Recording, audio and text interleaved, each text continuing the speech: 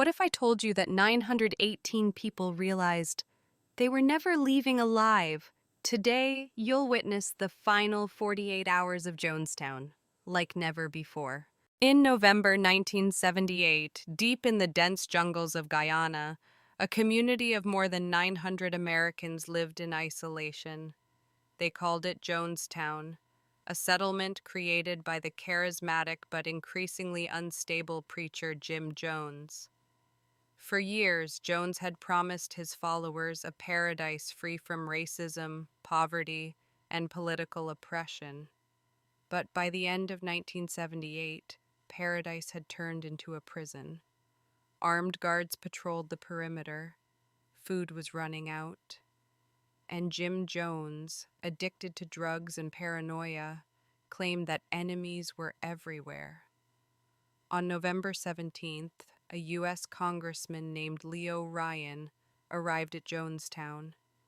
He had come to investigate the growing rumors, forced labor, physical abuse, psychological control, and people being held against their will. At first, Jones welcomed Ryan with a carefully staged performance, smiling families, rehearsed songs, perfect behavior. But beneath the surface, fear was spreading.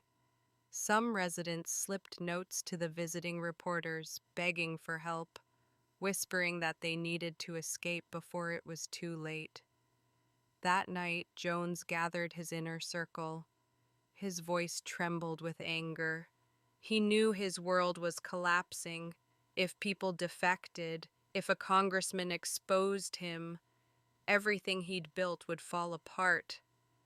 And so he began planning something unthinkable. By the morning of November 18th, the final 48 hours had begun.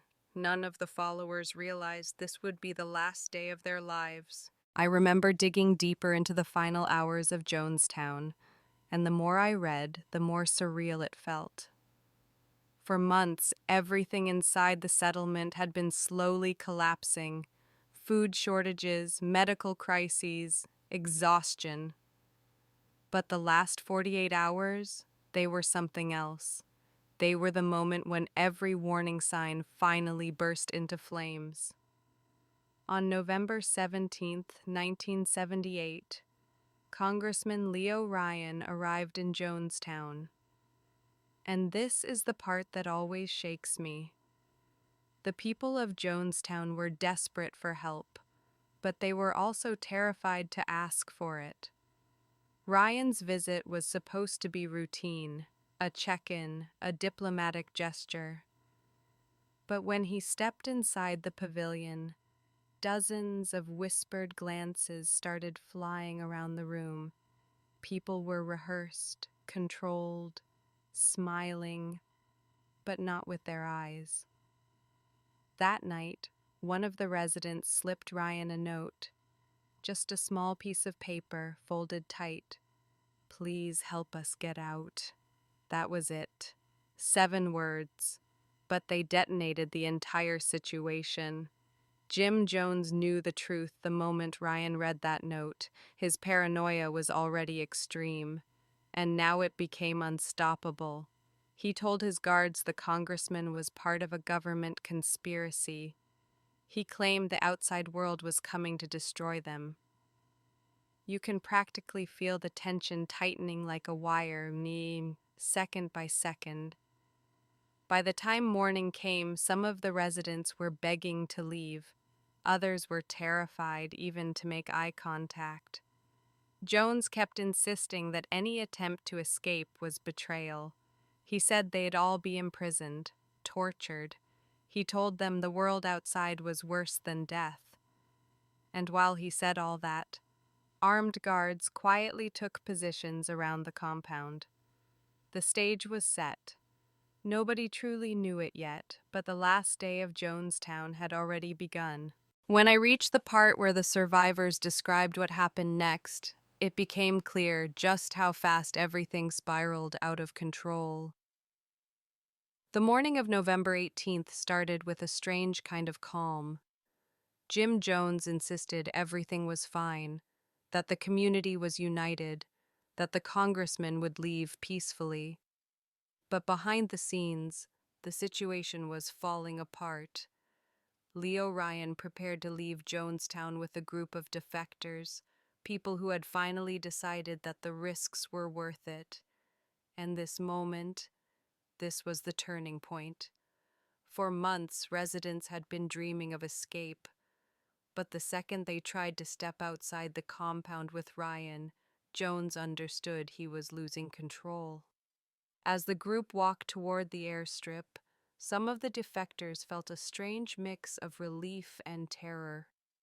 They were finally leaving, but they knew Jonestown never let anyone walk away for free.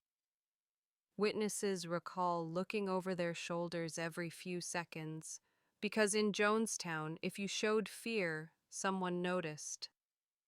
At the Port Kaituma airstrip, things became chaotic. Ryan tried to reassure everyone that they were safe. He checked names, confirmed seats, made sure families stayed together. For a moment, it seemed like they might actually make it. But then the truck arrived, a group of armed temple guards, the so-called Red Brigade. They jumped out, rifles ready, and opened fire. Everything happened in seconds. A burst of gunfire, screaming, people dropping to the ground, crawling behind the wheels of the Twin Otter aircraft. Congressman Ryan was hit multiple times. Several journalists, crew members, and defectors were killed instantly. The survivors later said they didn't even have time to think. The only instinct was survival. Some ran into the jungle, others hid under the plane, and the entire time, one realization echoed through their minds. If the guards were willing to kill a U.S. congressman, then whatever was happening back in Jonestown was about to become far worse. As the last shots faded into the trees, one thing became certain. There was no going back, and Jim Jones knew he had crossed a line that could never be undone. The final hour of Jonestown had begun. By the time word of the attack reached Jonestown, the atmosphere had completely changed. Witnesses said Jim Jones looked defeated, exhausted, almost hollow. He gathered the community into the main pavilion and delivered the speech that would become one of the darkest recordings in history. He told them that what happened at the airstrip meant the outside world was coming for them. He insisted that the government would take their children, tear families apart, and destroy everything they had built. Some people believed him. Others were terrified and confused. And many quietly realized that they were trapped. Large vats were brought forward. People recognized them instantly. They had rehearsed this moment many times under the name White Knight, but no rehearsal could prepare them for the reality. The first to step forward were the children.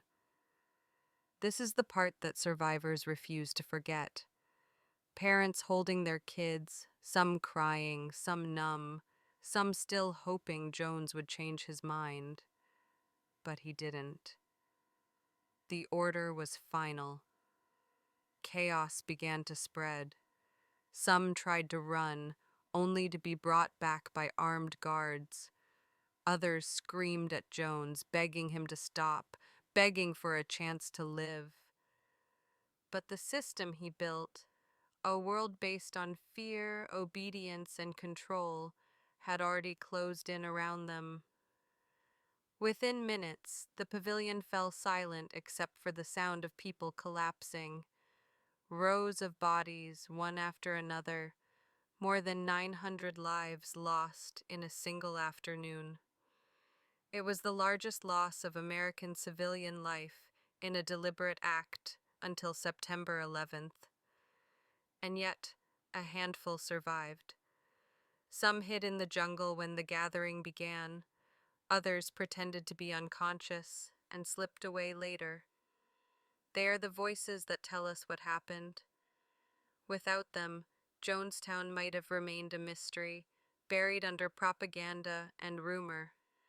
When authorities arrived, they were met with a scene so overwhelming that many investigators struggled to describe it afterward.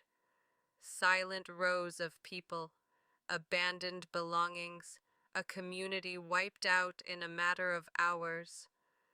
As I researched this story, one thought stayed with me. Jonestown didn't happen overnight. It wasn't a sudden tragedy.